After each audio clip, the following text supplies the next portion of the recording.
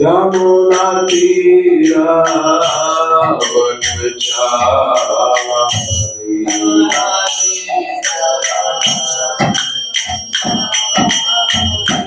जयो रामाधव कुंजन बिहारी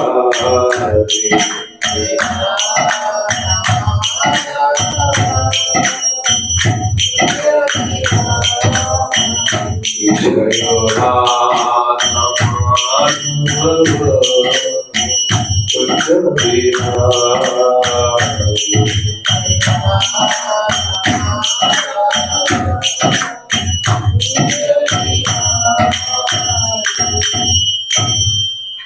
श्री हरिनाम संकीर्तन की जय। श्रीमद् भागवत महापुराण की जय।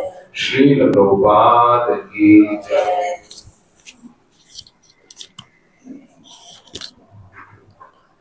ओम नमो भगवते वासुदेवाय।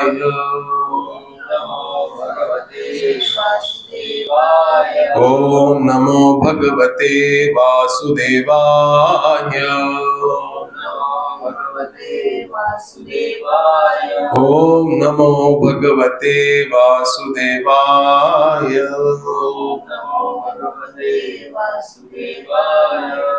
नारायणं नमस्कृत्यं नरं चैव नरोत्तमं देवीं सरस्वतीं व्यासं ततो जायमुदीरये। कृष्णाय वासुदेवाय देवकी नंदनाय च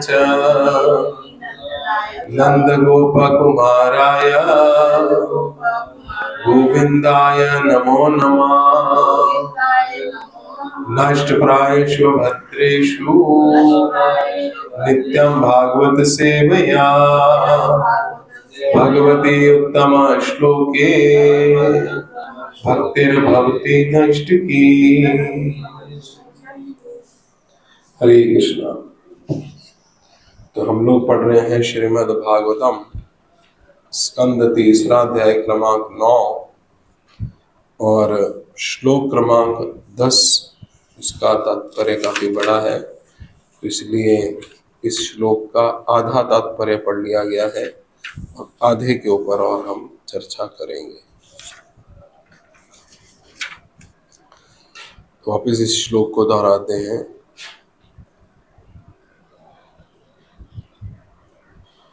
अहनिया प्रतार्त करणानिशि निशायानाम्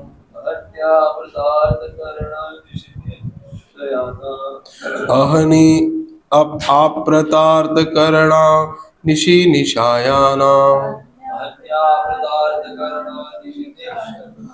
नाना मनोरथ धिया क्षण भग्नि निद्रा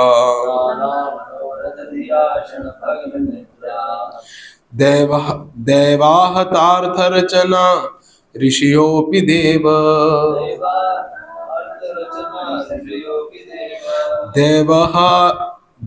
दैवाहतार्थचना अर्चना ऋषियोऽपि देव युष्मत् प्रसंग विमुखा इह संसरन्ति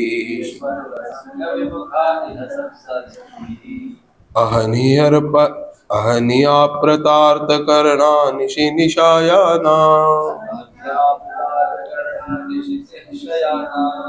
नाना मनोरथ धिया क्षण भंग निद्रा देवाहत अर्थ रचना ऋषिया आपि देव दैवार्थ रचना ऋषियापि देवो दुष्मत् प्रसंग विमुखा इह संसरन्ति। अहन्याप्रतार्थकरणानिशि निशायानां नानामनोरथ धियाषण भग्न निद्रा दैवार्थ रचना ऋषयपि देवा युष्मत् प्रसंग विमुखा इह संसरन्ति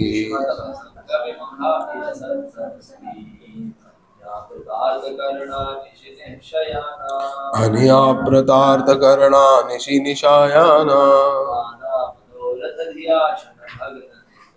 नाना मनोरथ धियाषण भग्न निद्रा दैवार्थ रचना ऋषयोऽपि देव युष्मत् प्रसंग विमुखा इह संसरन्ति अनियाप्रतार्थकरणानिशि निशायाना नाना मनोरथ धियाषण भग्न निद्रा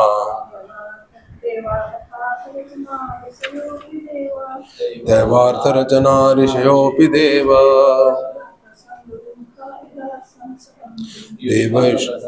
विमुखा इह संसरन्ति। इस श्लोक के हर शब्द का अर्थ, अनुवाद और तात्पर्य श्रील प्रभुपाद जी द्वारा। श्रील प्रभुपाद की जय।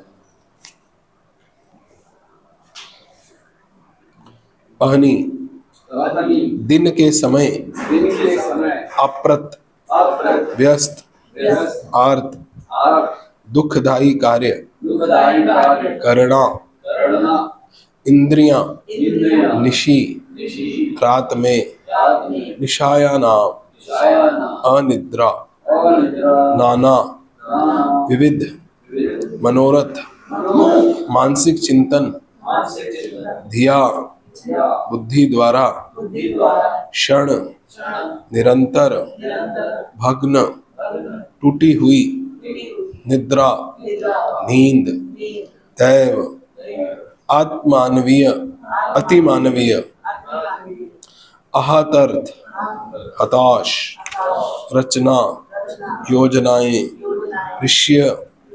ऋषिगण, अपि भी, देव हे प्रभु, युष्मत आपकी प्रसंग कथा से, विमुखा विरुद्ध, इह इस भौतिक जगत में, संसरंती चक्कर लगाते हैं। ऐसे अभक्तगण अपनी इंद्रियों को अत्यंत कष्टप्रद तथा विस्तृत कार्य में लगाते हैं और रात में उनिद्र रोग से पीड़ित रहते हैं, क्योंकि उनकी बुद्धि विविध मानसिक तर्क वितर्कों के कारण उनकी नींद को लगातार भंग करती रहती है। वे अति मानवीय शक्ति द्वारा अपनी विविध योजनाओं में हताश कर दिए जाते हैं। यहाँ तक कि बड़े बड़े ऋषि मुनि यदि आपकी दिव्य कथाओं से विमुख रहते हैं तो वे भी इस भौतिक जगत में ही चक्कर लगाते रहते हैं। हम लोग इसका दूसरा पार्ट पढ़ेंगे। वे निर्विशेषवादी जो खुद के मोक्ष के लिए तपस्या करने में काफी कष्ट उठाते हैं, भले ही निर्विशेष ब्रह्म ज्योति तक पहुंच लें, किंतु अतः भक्ति में स्थित ना होने से वे पुनः भौतिक जगत में आ गिरते हैं और पुनः भव बंधन को भोगते हैं। इसकी पुष्टि इस प्रकार होती है। यो अन्य अरविंदाक्ष विमुक्त मानिनस त्वय भावादिविशुद्ध बुद्धे आरूह्य कृच्छ्रेण परम पदम यत पतन्त्यध्यो अनहर्त युष्मधृदय। वे व्यक्ति जो भगवान की भक्ति में सेवा के बिना ही मुक्त होने के झूठे बहकावे में रहते हैं, ब्रह्म ज्योति के लक्ष्य तक भले ही पहुंच लें, किंतु अपनी अशुद्ध चेतना के कारण तथा वैकुंठ लोकों में आश्रय के अभाव में ऐसे तथा कथित मुक्त लोग पुनः भौतिक जगत में आ गिरते हैं। इसलिए कोई भी व्यक्ति श्री भगवान की भक्ति के सिद्धांत के बिना किसी धर्म प्रणाली का निर्माण नहीं कर सकता। जैसा कि श्रीमद् भागवतम के 6 स्कंद में हमें मिलता है, धर्म के प्रवर्तक स्वयं श्री भगवान हैं। श्रीमद् भगवत गीता में भी हम पाते हैं कि श्री भगवान की शरण ग्रहण करने के अतिरिक्त धर्म के अन्य सभी रूपों की भर्त्सना की गई है। कोई भी प्रणाली जो मनुष्यों को भगवत भक्ति तक ले जाती है वही असली धर्म या दर्शन है। 6 स्कंद में हम अश्रद्धालु जीवों के नियंत्रक यमराज का निम्नलिखित कथन पाते हैं। धर्मात्तु साक्षात भगवत प्रणीता नावे विदुर ऋष्यो नापि देव ना सिद्ध मुख्या असुर मनुष्या कुतो तु विद्याधर चरणादय स्वयंभू नारद शंभु कुमार कपिलो मनु प्रहलादो जनको भीष्मो बलि व्यासकी वयम द्वादश शते विजानिमो धर्म भागवतम भटा गुह्यम विशुद्धम दुर्बोधीय ज्ञात्वा मृत पशुनते।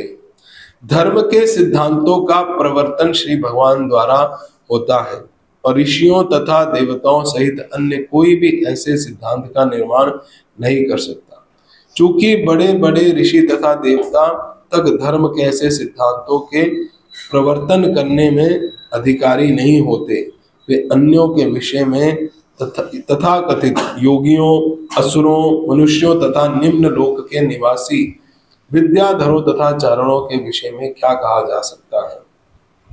ब्रह्मा, नारद, शिव, कुमार, कपिल, मनु, प्रहलाद महाराज, जनक महाराज, भीष्म, बलि, शुकदेव गोस्वामी तथा यमराज, ये 12 अभिकर्ता श्री भगवान द्वारा धर्म के सिद्धांतों के विषय में बोलने तथा उसके प्रचार करने हेतु अधिकृत है। धर्म के सिद्धांत किसी सामान्य जीव के लिए खुले नियमहीन नहीं होते, वे मनुष्य को नैतिकता के स्तर पर लाने हेतु होते हैं। अहिंसा इत्यादि तो दिग्भ्रमित व्यक्तियों के लिए आवश्यक है, किंतु क्योंकि जब तक कोई व्यक्ति नैतिक तथा अहिंसक नहीं बन जाता तब तक वह धर्म के सिद्धांतों को नहीं समझ सकता। वास्तव में धर्म क्या है, उसे समझ पाना उस व्यक्ति के लिए भी अत्यंत कठिन होता है जो नैतिकता तथा अहिंसा के सिद्धांतों को प्राप्त होता है। वे अत्यंत गुह्य हैं, क्योंकि धर्म के असली सिद्धांतों से अवगत होते ही मनुष्य मुक्त होकर आनंद तथा ज्ञान का शाश्वत जीवन बिताता है। अतएव जो व्यक्ति श्री भगवान की भक्ति के सिद्धांतों को प्राप्त नहीं है, उसे अपने आप को अबोध जनता का धार्मिक नेता बनने का स्वांग नहीं रचना चाहिए। श्री ईशोपनिषद ने निम्नलिखित मंत्र में इस बकवास का बलपूर्वक निषेध किया गया है। अंधतम प्रविशन्ति यो संभूति उपासते ततो भूय एव वे ते तमो यौ संभूतयाम रता। अतः धर्म के नाम पर भक्ति के असली धार्मिक सिद्धांतों का संदर्भ दिए बिना जो अन्य लोगों को गुमराह बनाता है, उस व्यक्ति के से श्रेष्ठतर धर्म के सिद्धांतों से अनजान व्यक्ति है, जो धर्म के मामलों में कुछ भी नहीं करता। धर्म के ऐसे तथाकथित नेता निश्चय ही ब्रह्मा तथा अन्य महाजनों द्वारा निंदा के पात्र हैं। ओम ज्ञानतिमिरान्धस्य ज्ञानाञ्जनशलाकया चक्षुरुन्मीलितं येन तस्मै श्री गुरुवे नमः। श्री चैतन्य मनोभीष्टं स्थापितं येन भूतले स्वयं रूपा कदा मह्यं ददाति स्वपदान्तिकम्। वन्देऽहं श्री गुरु श्री युतापदकमलं श्री गुरून् वैष्णवांश्च श्री रूपां साग्रजातां सहगणा रघुनाथान्वितां तां सजीवं सावधैतं सावधूतं परिजनासहितं कृष्ण चैतन्य देवं श्री राधा कृष्ण पादान् सहगणा ललिता श्री विशाखान्वितांश्च हे कृष्ण करुणा सिंधु दीनबंधु जगत्पते गोपेश गोपिका कांत राधा कांत नमोस्तुते। तप्त कांचन गौरांगी राधे वृंदावनेश्वरी वृषभानो सुते देवी प्रणमामि हरिप्रिये। वाञ्छाकल्पतरुभ्यश्च कृपा सिन्धुभ्येव च पतितानां पावनेभ्यो वैष्णवेभ्यो नमो नमः। जय श्री कृष्णा चैतन्य प्रभु नित्यानंद श्री अद्वैता गदाधर श्रीवासादि गौर भक्त वृंद। हरे कृष्णा कृष्णा कृष्णा हरे हरे, हरे राम राम राम हरे हरे। हरे कृष्णा। आप सब लोगों का इस श्रीमद् भागवतम की सुबह की कक्षा में बहुत स्वागत है। और आज हम लोग पढ़ रहे हैं श्रीमद् भागवतम स्कंद तीसरा अध्याय क्रमांक 9 श्लोक क्रमांक 10, जिसमें बहुत ही सुंदर रूप से श्रील प्रभुपाद जी अपने तात्पर्य में इस अनुवाद के माध्यम से बता रहे हैं कि जो लोग 3 स्तर पर यहाँ पर चर्चा की गई है, हम श्रील प्रभुपाद जी की ही कृपा से प्रयास करेंगे उसे समझने का, कि जो लोग भक्त नहीं हैं वो अपने जीवन को किस प्रकार से जीते हैं। और दूसरा, बेसिकली यहाँ पर प्रभुपाद जी बताने का प्रयास कर रहे हैं कि जो भक्त नहीं है उनकी इंद्रियां उनके संयम में नहीं है, और उनकी इंद्रियां उनके संयम में ना होने के कारण, हरे कृष्ण, वो अपनी इंद्रियों के माध्यम से ही बहुत कष्ट को प्राप्त करते हैं, उन्हें बहुत कष्ट होता है। और उनका कष्ट इस प्रकार से है कि हरे कृष्ण,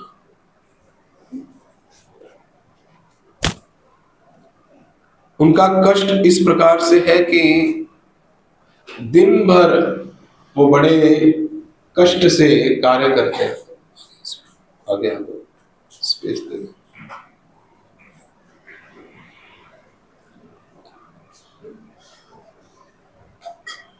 दिन भर वो अपनी इंद्रियों के माध्यम से खूब काम करते हैं, लेकिन क्योंकि जीवन के लक्ष्य का पता नहीं है कि कार्य क्यों करना है, उसके कारण रात को उनको नींद नहीं आती है। अगर व्यक्ति को अपने जीवन में, आप सोचिए, कहाँ जाना है ये मालूम हो और जाना, उसके पास क्या साधन है जाने का, कहाँ पहुंचना है और क्या रास्ता है, अगर ये तीनों चीजें किसी को मालूम हो तो आराम से वो जो है अगले दिन के लिए तैयार हो सकता है।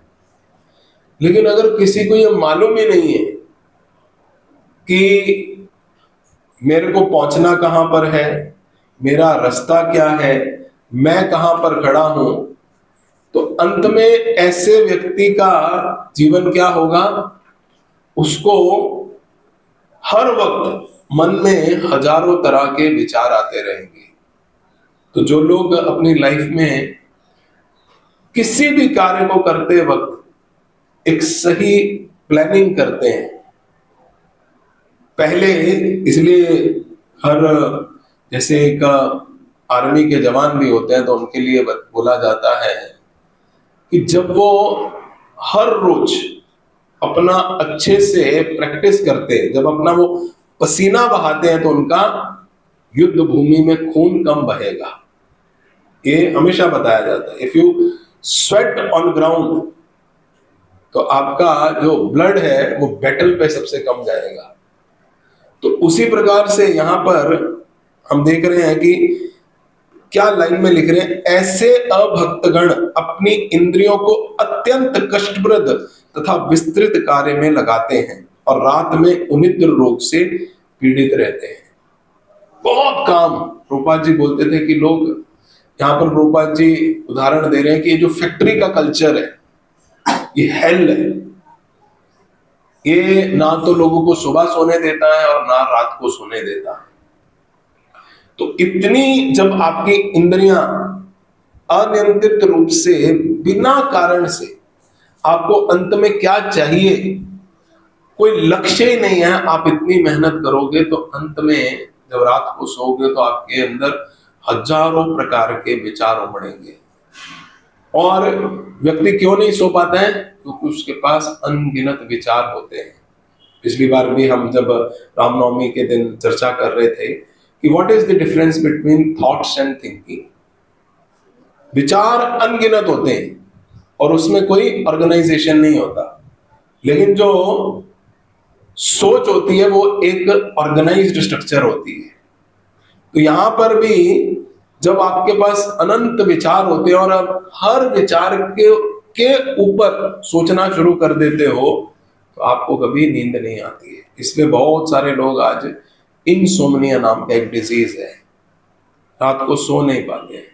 लेकिन वहीं पर अगर आप भक्तों से पूछेंगे, ऐसा नहीं है कि वो दिन भर में काम नहीं करते, दिन भर कार्य करते हैं, और जब सोने का वक्त आता है तो चाहे जमीन हो, चाहे बेड हो, अच्छा गद्दा हो, क्योंकि इस बात से वो संतुष्ट है कि उन्होंने पूरे दिन भर में कार्य किस चीज के लिए किया है। और दूसरा, ये भक्ति की शक्ति इतनी है कि सबसे पहले आपके अंदर संतोष को पैदा कर दिया है। उस संतोष के कारण और एक और ज्ञान दे देती है कि हर चीज, जो कल का दिन भी आने वाला है या 4 दिन के बाद, 10 दिन के बाद, जो भी समय आएगा वो मेरे कंट्रोल में नहीं है। ज्यादातर लोग ये सोचते हैं कि कल को मैं अपने कंट्रोल में कर लूंगा, 2 दिनों को भी मैं कंट्रोल में कर लूंगा, लेकिन भक्तों को मालूम है सब कुछ कंट्रोल करने वाले भगवान है। हम बहुत सारी चीजें अपने नियंत्रण में नहीं कर सकते, इसलिए भक्त लोग क्या करते हैं, जैसे ही समय होता है या कई बार समय से पहले भी आराम से सो जाते हैं, क्योंकि आवश्यकता नहीं है, संतोष है, आगे के बारे में कोई चिंता नहीं है, और जीवन में पहले से जो जिस स्थान को प्राप्त करना है वो बहुत क्लियर है। अंत का जो होने वाला है, क्या चीज प्राप्त करनी है, केवल इस शरीर में रहकर नहीं, इस शरीर के परे भी क्या है उसका ज्ञान है, इसलिए वो विचलित नहीं होते। लेकिन प्रभुपाद जी यहाँ पर कहते हैं कि जो भक्ति नहीं करते उनको ये सारी प्रॉब्लम्स आती है। ये पहले स्तर पर प्रभुपाद जी यहाँ पर बता रहे हैं। फिर दूसरे स्तर पर वो बताते हैं कि जो लोग साधु संत, देखने में साधु संत है, ऋषि मुनि है, और वो अपनी अलग अलग योग की विद्याओं से, कर्म योग से, ज्ञान योग से, हठ योग से अपनी इंद्रियों को नियंत्रित भी कर लेते हैं और अपने जीवन को बड़ा डिसिप्लिन्ड भी बना देते हैं। लेकिन जब उनको वो इस ज्ञान को कभी भी समझ नहीं पाते कि अंत में इन सब इंद्रियों को भगवान की सेवा में लगाना है, उनकी रुचि भगवान के नाम, रूप, गुण और लीलाओं में अगर पैदा नहीं हुई तो उन्होंने अपने जीवन को बड़ा व्यवस्थित तो कर लिया, रात को हो सकता है उनको नींद भी बहुत अच्छी आ जाए, और हो सकता है कि इस शरीर को छोड़ने के बाद, यहां पर प्रभुपाद जी लिख रहे हैं, बहुत तपस्या के करने के बाद वो ब्रह्म ज्योति तक को भी प्राप्त हो जाए, लेकिन उस स्थान को प्राप्त करने के बावजूद भी, क्योंकि शास्त्रों में बताया गया है कि ब्रह्म ज्योति भी स्थिर नहीं है,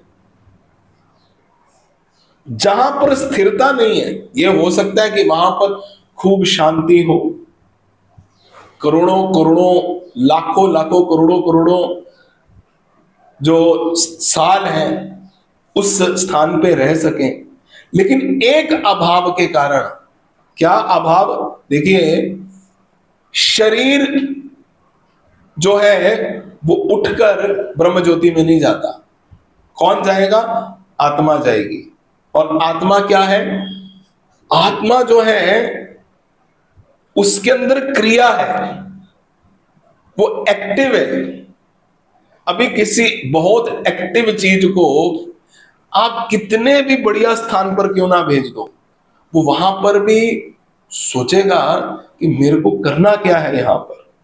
तो हो सकता है उस ब्रह्म ज्योति में जाने के बाद वो जो बहुत एक्टिव आत्मा है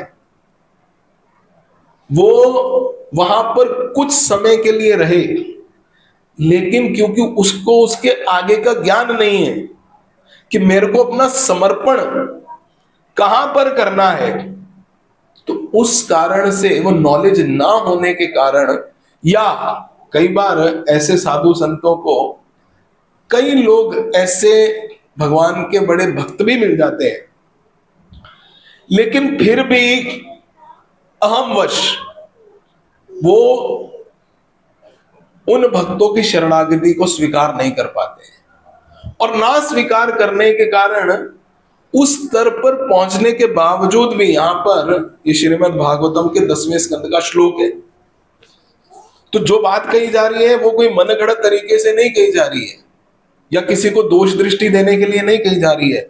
शास्त्र अनुमोदित ये बात है। और किसने बोली है? स्वयं नहीं, भगवान बोल रहे हैं यहां पर।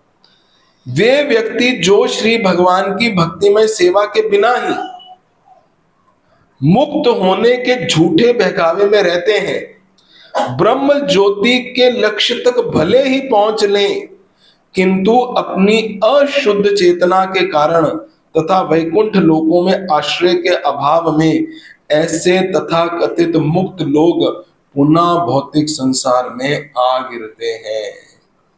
जैसे कोई भारत से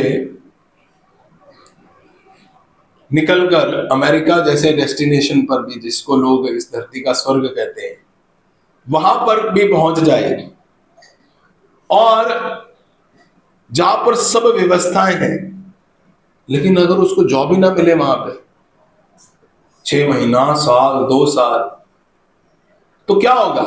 वापस इंडिया लौटना पड़ेगा, क्योंकि उसका खर्चा ही नहीं संभाल पाएगा वो। माता पिता भी बोलेंगे भाई, जो कई बार लोगों के घर बिक जाते हैं इसी कार्य में कि बच्चे को यहां से आपने बाहर तो भेज दिया, लेकिन 6 महीना हो गया, साल हो गया, 1.5 साल हो गया, उसको ढंग की जॉब ही नहीं मिल रही। उसके कारण कई बार इधर से पहले भेजने का खर्चा होता है, फिर उसको वहां पर सस्टेन करने का खर्चा होता है, क्योंकि कई बार वो सस्टेन नहीं कर पाते हैं। हम अपने जीवन में स्वयं एक ऐसे माता पिता को जानते हैं जिनके बेटे को उन्होंने कनाडा में भेजा, लेकिन लगभग 1 साल तक वो जॉबलेस था। उसके पिताजी ने टिकट देकर बोला कि भाई जब जॉब लगनी होगी, लग जाएगी, तो पहले इंडिया आ जा, क्योंकि 1 साल में तुमने हमारा इतना खर्चा और करवा दिया कि अभी हमारे में देने की शक्ति नहीं है, तो वापस यहां पर। क्यों? क्योंकि वहां पर एक्टिविटी नहीं है। वो कनाडा भी एक ब्रह्म ज्योति के समान लग रहा है, सब कुछ सुंदर है, सब कुछ है वहां पे, लेकिन जॉब नहीं है, जॉबलेस हो आप। तो उसी प्रकार से कोई व्यक्ति ब्रह्म ज्योति पर चला गया, तो शास्त्र यहां पर 2 चीजें प्रभुपाद जी बता रहे हैं। एक्चुअली भगवान का श्लोक है ये। भगवान बोल रहे हैं ब्रह्म ज्योति के लक्ष्य तक भले ही पहुंच ले, किंतु अपनी अशुद्ध चेतना। अशुद्ध चेतना क्या है? यहां पर अशुद्धता का मतलब है कि अभी चेतना इतनी शुद्ध नहीं हुई है कि किसी की शरणागति लेनी है। चेतना तब पूर्ण रूप से शुद्ध हो जाती है जब आपके अंदर भगवान की शरणागति का भाव जागृत हो जाता है। तो और दूसरी चीज कि ब्रह्म ज्योति के परे कुछ वैकुंठ लोक हैं जहां पर भगवान का आश्रय लिया जा सकता है। ये 2 ज्ञान होने के ना कारण, ये जब हमारे को ज्ञान नहीं होता तो पुनः उस अवस्था से भी लोग जो हैं वो इस भौतिक जगत में आ गिरते हैं। टाइम चाहे बहुत लंबा हो, लेकिन वापस इस धरा पर आ गिरेंगे। ये समझाने का यहाँ पर प्रयास किया जा रहा है। तो बेसिकली हमको यहाँ पर ये समझना है कि जरूरी नहीं है कि कोई व्यक्ति जिसे हम देख रहे हो वो बहुत बड़ा साधु संत के रूप में हो। इसलिए कई बार भक्त लोग हमारे को पूछते हैं कि हम ये बाबा जी के पास जाते हैं, वो महाराज जी के पास जाते हैं। तो एक बार एक भक्त ने ये पूछा, तो हमने सिर्फ इतना ही उनसे पूछा कि आप जिसके पास भी जाते हो, जाने में कोई दिक्कत नहीं है, लेकिन उनसे कुछ बातों को क्लियर कर लीजिए। मान लीजिए कि अगर आप एक इंस्टीट्यूट में भी एडमिशन के लिए जाते हैं तो बहुत सारी चीजें, बहुत सारे आपके मन में प्रश्न होते हैं, क्लियर करते हो। अरे भाई यहाँ पर ये फैसिलिटी मिलेगी कि नहीं मिलेगी, यहाँ पर पढ़ाने वाला। कई बार हमने देखा है कि कुछ लोग यूनिवर्सिटी के बाहरी स्ट्रक्चर को देखकर उससे आकर्षित हो जाते हैं कि बहुत सुंदर, बहुत भव्य यूनिवर्सिटी बनी है, लेकिन फैकल्टी एकदम बकवास है। अरे आप उस स्ट्रक्चर का क्या करोगे जब पढ़ाने वाला ही आदमी गड़बड़ है, उसको खुद समझ में नहीं आ रहा कि क्या पढ़ाना और क्या नहीं पढ़ाना। एंड में आपको, आप वहां पर तो 3-4 साल बहुत अच्छे से बिता दोगे, लेकिन उसके बाद आप रोड पे आ जाओगे। तो उसी तरह से आज की तारीख में भी कई बार हम देखते हैं कि बहुत सारे समाज में तथाकथित ऐसे लोग हैं जिन्होंने अपने स्थान बड़े बड़े ही, जिसे बोलते हैं, भव्य बनाए हैं, बहुत सुंदर बनाए हैं, अद्भुत बनाए हैं, लेकिन वहां पर जो ज्ञान देने वाले टीचर हैं वो जीवन का लक्ष्य तक नहीं बता पाते हैं। और ज्यादातर ऐसे स्थान क्या बन जाते हैं, केवल और केवल आपकी आंखों को थोड़ा तरोताजा करने का स्थान बन जाते हैं। हम जी ये मंदिर में गए, हम जी ये स्थान में गए, हम जी वो स्थान में गए, हम जी उनका आश्रम देख के आए। क्या किया? जैसे यहां पर भी गंगा के पास में एक बहुत बड़ा आश्रम है, वहां पर हम देखते हैं कि हर रोज लोग उस आश्रम के अंदर ऐसा घूम के आ जाते हैं, जाते हैं आ जाते हैं, जाते हैं आ जाते हैं। मिला क्या आपको उस आश्रम के अंदर?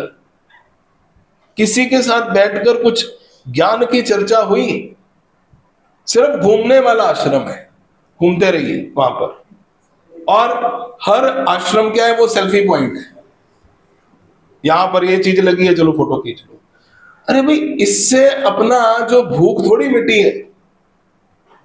आश्रम का मतलब ये नहीं है कि कितना सुंदर स्ट्रक्चर है, ऐसा नहीं है कि प्रभुपाद जी ने सुंदर स्ट्रक्चर नहीं दिए, लेकिन सबसे जरूरी है वहां से ज्ञान को अर्जित करना। वहां पर जाने के बाद आपका मन संतुष्ट हो जाना चाहिए, आपके मन में ये भाव आना चाहिए कि मेरे जीवन का लक्ष्य क्या है। उस पहले ये प्रश्न ऐसे हर स्थान पर जाकर वहां के जो भी अथॉरिटीज हों, जिन्होंने भी ऐसी चीज बनाई है, तो हम उस व्यक्ति को बता रहे थे कि उनसे पूछिए सबसे पहले। जैसे यूनिवर्सिटी में जाकर या किसी जगह पर जाकर पूछते हैं यहाँ पर क्या क्या फैसिलिटीज हैं, और आप देखिए कि ज्यादातर जो यूनिवर्सिटीज भी होती हैं वो अपनी एक्स्ट्रा करिकुलर एक्टिविटीज को ज्यादा प्रदर्शित करती हैं। जैसे हमारे यहाँ पर बहुत सुंदर क्रिकेट ग्राउंड है, स्विमिंग पूल है, ये है वो है। अरे भाई, क्लासरूम में कौन है वो बताओ, क्योंकि बात हमारी क्लासरूम में होने वाली है। तो ऐसे लोगों के पास जाकर कुछ प्रश्न पूछने चाहिए। पहला प्रश्न पूछना चाहिए, जैसे प्रभुपाद जी बोलते थे, मैं जीवन में दुखी क्यों हूं, मेरे जीवन का लक्ष्य क्या है, उस लक्ष्य को प्राप्त करने के लिए कौन सा सही मार्ग है, और क्या उस लक्ष्य को प्राप्त करने पर पग पग पर कोई मेरी मदद करने वाला है। अच्छे लोगों के साथ बुरा क्यों होता है, ये कर्म का खेल क्या है, ये संसार में इतने प्रकार के विविध धर्म क्यों हैं। जब आपके प्रश्नों के सही उत्तर मिलने शुरू हो जाए, आप कहां पर खड़े हैं, पहुंचना कहां पर है, और रास्ता क्या है, ये 3 प्रश्न मुख्य हैं। मैं खड़ा कहां पर हूं इस समय, मेरी सिचुएशन, मेरी पोजीशन कहां पर है, और मेरे को पहुंचना कहां पर है, और उस पहुंचने का मार्ग। ये 3 प्रश्न तो कम से कम कहीं पर भी जाकर पूछने चाहिए। और जहां पर आपको अपने इन प्रश्नों का बड़ा व्यवस्थित उत्तर मिलता है, वहां पर जाकर फिर समय देना चाहिए, आगे बढ़ना चाहिए थोड़ा सा। तो ये बहुत जरूरी चीज है, क्योंकि प्रभुपाद जी यहां पर लिख रहे हैं ऐसे बड़े बड़े महान संत भी जो हैं, साधु लोग भी हैं, वो उस स्थान से नीचे गिर जाते हैं क्योंकि उनके पास आश्रय नहीं होता। और आगे प्रभुपाद जी लिखते हैं ये आश्रय कौन प्रदान करता है? क्या हम किसी के पास, देखिए यहां पर अगले स्थान पर यहां पर लिख रहे हैं धर्मात् तो साक्षात भगवत प्रणिताम, कि धर्म की परिभाषा कि कौन बता सकता है। पहले बता रहे हैं इस श्लोक में कौन नहीं बता सकता। ऐसे लोगों के पास मत जाओ जिनको आप देखने में लग रहा है कि ये बता सकते हैं लेकिन नहीं बता पाएंगे। कौन? धर्म के सिद्धांतों का परिवर्तन श्री भगवान द्वारा होता है और ऋषियों तथा देवताओं सहित अन्य कोई भी ऐसे सिद्धांतों का निर्माण नहीं कर सकता। ये जो धर्म के सिद्धांत है वो केवल प्रिंसिपल्स की बात की जा रही है, डिटेल की बात नहीं की जा रही। आने वाले आचार्य उस प्रिंसिपल के ऊपर कुछ डिटेल दे सकते हैं। प्रभुपाद जी का जो तात्पर्य है वो भगवान के ही शब्दों का केवल डिटेल है, उसको तोड़ा मरोड़ा नहीं गया, घुमाया नहीं गया है, वो यथारूप है ताकि हमारे को समझ में आ जाए। कई बार भगवान के जो वचन होते हैं वो कोडेड लैंग्वेज में होते हैं, उसको डी कोड एक साधु संत ऋषि मुनि भगवान के भक्त कर सकते हैं, लेकिन उनको तोड़ मरोड़ नहीं सकते हैं, अपनी उसमें पर्सनल व्याख्या नहीं दे सकते हैं वो। तो यहां पर प्रभुपाद लिख रहे हैं चूंकि बड़े बड़े ऋषि तथा देवता तक धर्म के ऐसे सिद्धांतों का परिवर्तन करने के अधिकारी नहीं होते, तो अन्यों के विषय में तथाकथित योगियों, पहले तो बोल रहे हैं कि ऋषि मुनि या देवता तक धर्म के सिद्धांत नहीं दे सकते, तो फिर बोल रहे हैं कि ऐसे लोगों का क्या कहना जो अपने आप को तथाकथित योगी, असुर, मनुष्य या निम्न लोकों में निवास करने वाले विद्याधर या चारण कहलाते हैं। इनकी तो बात ही छोड़ दीजिए, देवताओं और ऋषि मुनियों में भी उन सिद्धांतों को बदलने का सामर्थ्य नहीं है। तो हम क्या करते हैं, उनको तो भूल गए, हम इसी संसार में कुछ मनुष्य ही हैं या आसुरी प्रवृत्ति वाले लोग हैं, वो जीवन में जो सिद्धांत पेश करते हैं उसी को जीवन का जो ठोस प्रमाण समझ लेते हैं। जैसे उदाहरण के रूप में आजकल साइंटिस्ट आदि हैं, बड़े बड़े फिलोसोफर्स हैं जो किताबें लिखते हैं, हमको लगता है यहां पर बताने का प्रयास कर रहे हैं कि कोई देवता भी अगर ये भक्ति का सिद्धांत या आध्यात्मिकता का सिद्धांत दे रहा हो तो भी वो मान्य नहीं है।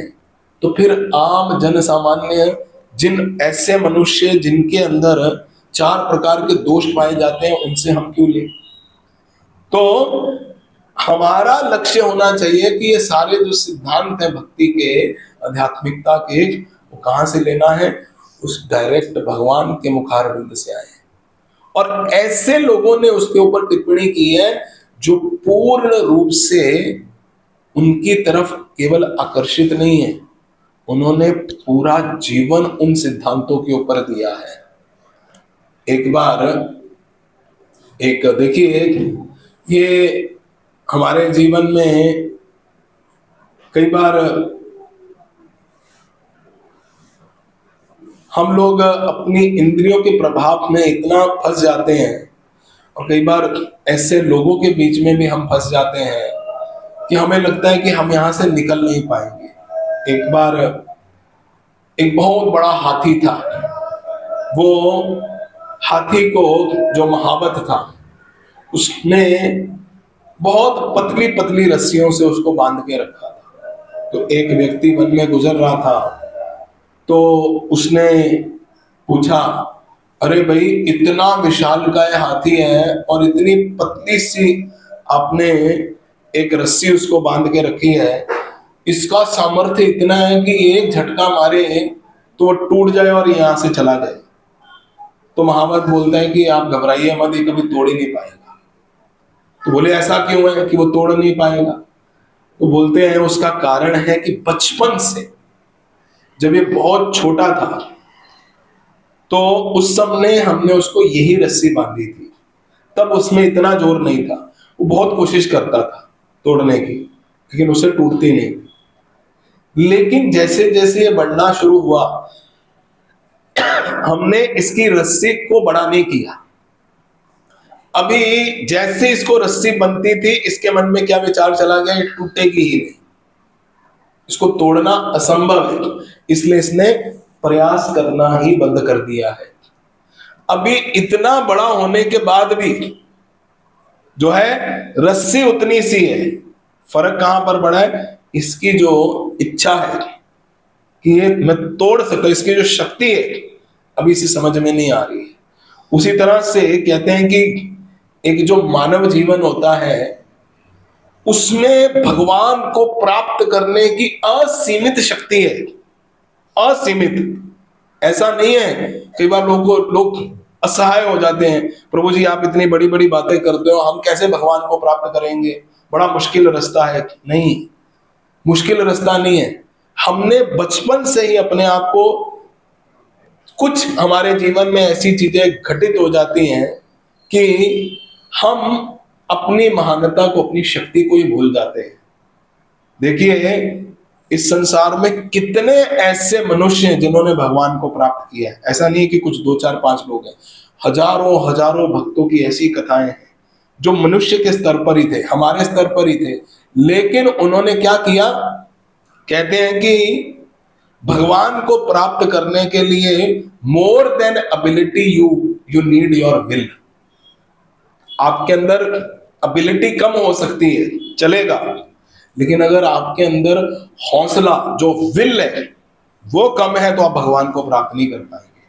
तो भगवान को प्राप्त करने का तरीका आपकी सामर्थ्य नहीं है, आपका हौसला, आपका एक जज्बा है कि मेरे को भगवान को प्राप्त करना है। हम देखते हैं कि किस प्रकार से प्रहलाद महाराज, छोटे से ध्रुव, क्या एबिलिटी थी उनके पास, लेकिन उनकी जो विल थी वो बहुत ज्यादा स्ट्रांग थी। तो भगवान को प्राप्त करने के लिए more than abilities you need your will.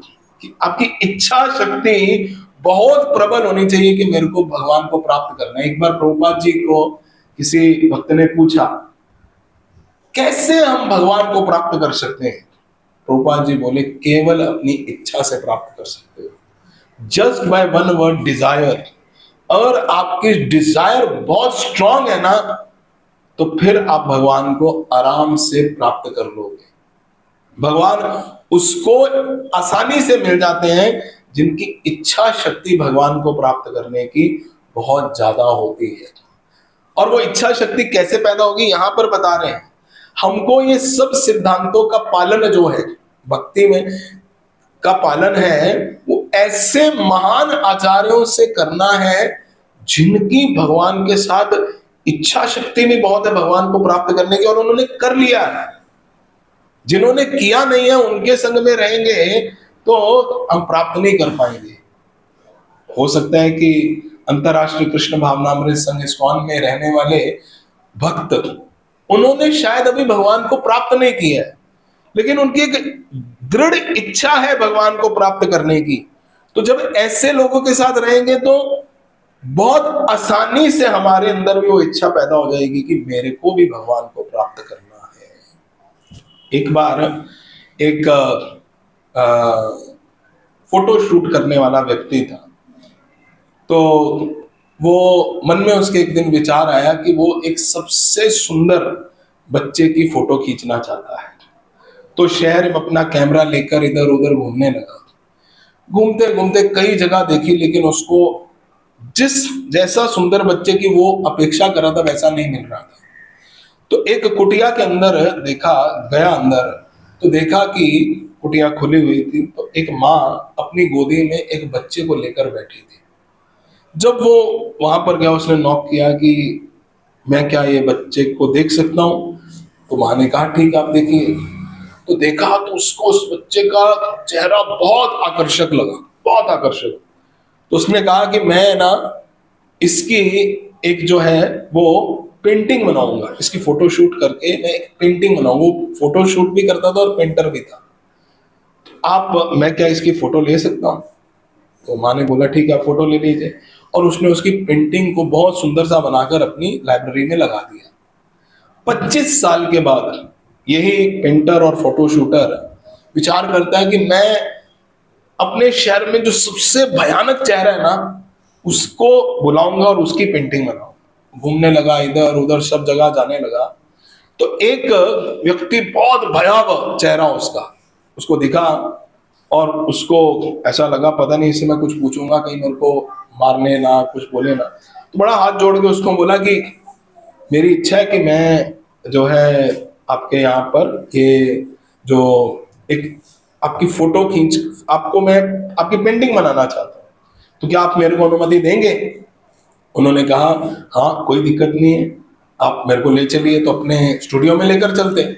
जैसे ही स्टूडियो में लेकर जाते हैं, उसको बिठाते हैं, तो उसकी पेंटिंग करना 1 दिन हो जाता है, 2 दिन हो जाता है, तो बेचारा काफी लंबे समय तक बैठा रहता है। एक दिन वो सारी पेंटिंग्स को देखना शुरू करता है और दिखता है उसको एक फोटो। तो उसको बोलते हैं इधर आइए, आप जानते हैं ये कौन है? बोले नहीं मालूम नहीं, 25 साल पहले फोटो लिया था। बोले मैं ही हूं। तो एकदम शॉक्ड हो जाता है। जो बच्चा इतना सुंदर था बचपन में, वो ऐसा कुरूप कैसे हो गया? फिर बोलता है कि आपकी जर्नी क्या रही? बोले यहां से यहां तक की जर्नी में एक ही फर्क है, मेरी संगति बिगड़ गई। मैं गलत लोगों के बीच में उठना बैठना शुरू कर दिया, गलत खाना पीना शुरू कर दिया, और मैंने अपनी पढ़ाई लिखाई को छोड़ दिया। गुंडों के साथ रहने लगा, चरसियों के साथ रहने लगा, नशा करने लगा, जिससे आज मेरी हालत ये हो गई।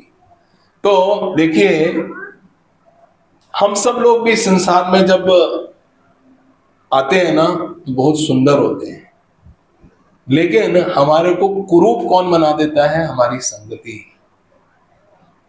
आज हम देखते हैं कि समाज के अंदर, अब कभी भी देखिए, बच्चे बड़े सुंदर लगते हैं, लेकिन जैसे जैसे जैसे जैसे बड़े हो जाते हैं, केवल संगति के प्रभाव से उनके अंदर फर्क नहीं दिखता, उनके बाहरी शरीर पर भी बहुत सारा फर्क दिखना शुरू हो जाता है। इसलिए हमें अपना चयन करना चाहिए। कम से कम इतनी बुद्धि तो हमें रखनी चाहिए कि कैसे लोगों का हम जो है संग प्राप्त करें। यहां पर बता रहे हैं कौन लोग हैं जो आपको सही मार्ग दिखा सकते हैं। यहां पर 12 लोगों का नाम लिया गया है। ब्रह्मा, नारद, शिव, कुमार, कपिल, मनु, प्रहलाद, जनक, भीष्म, बलि, सुखदेव गोस्वामी तथा यमराज। जब आप ऐसे लोग, या जिनको, जो लोग इनका अनुसरण कर रहे हैं, इनका अपने जीवन में जो इनके ज्ञान को आगे बांट रहे हैं, ऐसे लोगों का अगर आप सानिध्य प्राप्त करेंगे, तो हो सकता है आप पहले कुरूप हो, लेकिन आपके अंदर जब ऐसे लोगों का ज्ञान आएगा और उस ज्ञान के माध्यम से जब आप प्रैक्टिस करना शुरू करेंगे, तो आपके अंदर केवल सुंदरता नहीं आएगी, धीरे धीरे वो सुंदरता जो है वो बाहर भी आनी शुरू हो जाएगी। लेकिन दूसरी तरफ अगर आपने इस संसार के जो ऐसे लोग, जिनके बारे में नॉन डिवोटीज शुरुआत में बता रहे, ऐसे लोगों का अनुसरण करना शुरू किया, हो सकता है आप पहले बहुत सुंदर हो, लेकिन उस संगति के कारण आप बाहरी रूप से भी गंदे दिखने शुरू होंगे और आंतरिक रूप से भी। तो हमें चुनाव करना चाहिए कि हम कैसे लोगों के बीच में उठते बैठते हैं। आखिरी में यहां पर बताते हैं, धर्म के नाम पर, ये ईशोपनिषद का बहुत इंपॉर्टेंट श्लोक है, धर्म के नाम पर भक्ति के असली धार्मिक सिद्धांतों का संदर्भ दिए बिना जो अन्य लोगों को गुमराह बनाता है, उस व्यक्ति से श्रेष्ठतर धर्म के सिद्धांतों से अनजान व्यक्ति है। यहां पर ईशोपनिषद में बताया जा रहा है, जिसको धर्म का बिल्कुल ज्ञान नहीं है वो श्रेष्ठ है ऐसे व्यक्ति से जिसको धर्म का कुछ ज्ञान है, लेकिन वो अपने उस ज्ञान को मन घड़त तरीके से दूसरों को प्रदान कर रहा है। ऐसे लोगों के लिए क्या बताया जाता है? जो धर्म के मामलों में कुछ भी नहीं करता। धर्म के ऐसे तथाकथित नेता निश्चय ही ब्रह्मा तथा अन्य महाजनों द्वारा निंदा के पात्र हैं। तो ऐसे लोग जो धर्म का चोला तो पहनते हैं, धर्म का तिलक तो लगाते हैं, लेकिन लोगों को गुमराह करते हैं, इनकी निंदा केवल इस संसार में नहीं होती है, ब्रह्मा आदि देवताओं के बीच में भी ऐसे व्यक्ति की निंदा होती है। तो हर व्यक्ति जो इस मार्ग पर चल रहा है, अगर उसने किसी प्रकार से, चाहे वो कपड़े से नहीं, केवल गीता भागवत के ज्ञान से भी अपने आप को धार्मिक बताने का प्रयास कर रहा है, तो उसका एक लक्ष्य है कि दूसरों को इस ज्ञान से किसी भी प्रकार से भौतिक संसार में मत लेकर जाए, इससे भगवान के नजदीक ले जाने का प्रयास करे। कपड़ा मैटर नहीं करता है। अभी बहुत सारे ऐसे लोग हैं आजकल जो शायद ये बाहरी रूप से ऐसा कपड़ा नहीं पहनते हैं, लेकिन बोलते गीता भागवत में से हैं। आप कोई भी कपड़ा पहनो, लेकिन अगर आप गीता भागवत में से लोगों को उनकी गिरी हुई मानसिकता को ऊपर उठाकर भगवान के नजदीक लेकर जा रहे हो, तो आप साधु हो, आपको संत हो, और ब्रह्मा आदि देवताओं के लोकों में भी आपका बड़ा गुणगान होगा, क्योंकि वो व्यक्ति के जो पहनावे को नहीं देख रहे हैं, वो व्यक्ति के कार्य को देख रहे हैं। लेकिन अगर आपने ऐसा कपड़ा पहना है, लेकिन लोगों को भगवान से दूर लेकर जाने का प्रयास कर रहे हो, तो उस लोक में भी आपकी निंदा होगी, ये कहने का प्रयास किया जा रहा है। हरे कृष्णा। श्रील प्रभुपाद की जय। अनंत कोटि वैष्णव वृंद की जय। हरे कृष्णा। तो हम आभार व्यक्त करते हैं हमारे आशीष बंसल प्रभु और उनके पूरे परिवार का, जो चंडीगढ़ से आते हैं, हमारे इस सेंटर में पहली बार आए हैं। 3 बार जोर से बोलकर हरि बोल, हरि बोल, हरि बोल।